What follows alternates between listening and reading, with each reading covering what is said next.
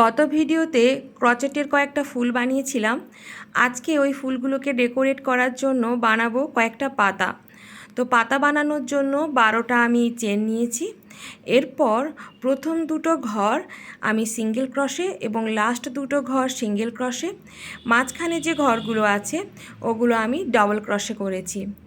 Opposite সাইডে ঠিক একইভাবে সেম প্যাটার্ন রিপিট হবে। কমপ্লিট হয়ে যাওয়ার পর এর মধ্যে আমি তার ইনসার্ট করব।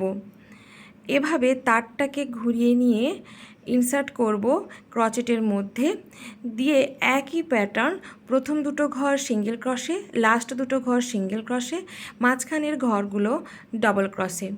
অপোজিট সাইডে তারটাকে এভাবে পেঁচিয়ে নিয়ে ঠিক একই প্যাটার্ন রিপিট করব। শেষে তারটাকে কেটে এভাবে মুড়ে দিলেই একটা পাতার মতন আকৃতি নিয়ে নেবে।